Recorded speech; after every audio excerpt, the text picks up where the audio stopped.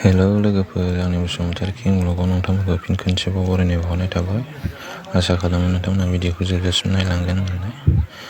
बाथ्राया बेनो, भिडिअखौ आं टाइम एडजास्ट खालामनो हायिनि थाखाय बारा मोजां भिडिअ खालामनो हानाय जायासै। थेवबो नोंथांमोना बेखौनो नायलांगोन होनना आसा खालामनाय थाबाय। आं दा ब्रह्मनि डिस्ट्रिक्ट कनफारेन्सआव दंफैयो। बेरायफैबाय एसे। नोंथांमोना नायलांबाय थाबानो जाबाय।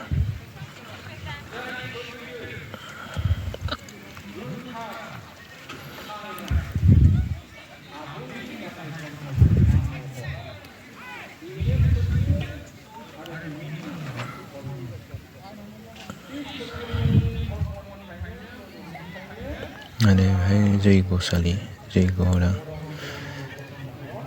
जैग' होग्रा बे जैग' होगासिनो दं मानसिया। ओरैनो आइ बाबामोनहा ओंखाम जागासिनो दं। सोरबा सोरबा मोनजाथ'वाखै, नेगासिनो दं बिथांमोनहा थोरसि लानानै। रानग्रा बिथांमोनहाबो एसे खम जादों, जाग्राफ्रा बुरजा जादों।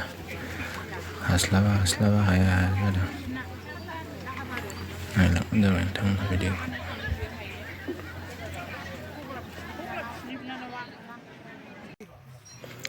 नोंथांमोनहा जायगाखौ नुनानै सिनायदोंना सिनायाखै?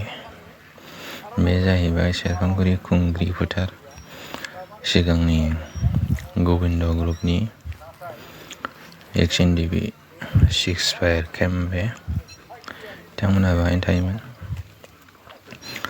जायगाया हाग्रा दुफबजोबथारबाय, हाग्रा बारि जाजोब्बाय।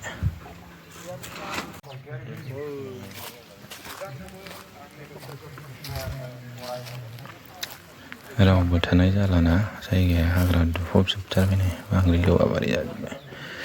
नैबे बिथांमोननि फ्लेट दिखोग्रा जागौमोन बे जायगाया।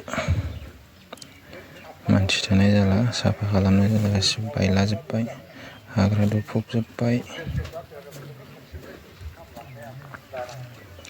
बेनोमोन आरो 6 फायार केम्प, गबिन्द ग्रुपनिमोन बे।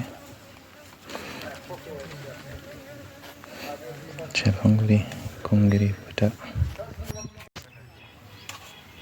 बेनो मेन गेटजों हाबनानै बेनो आरो फास माबाया।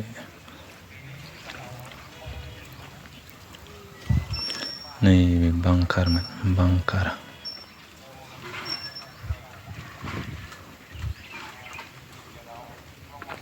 बिथांमोनहा बेयावनो थायोमोन जाहैबाय।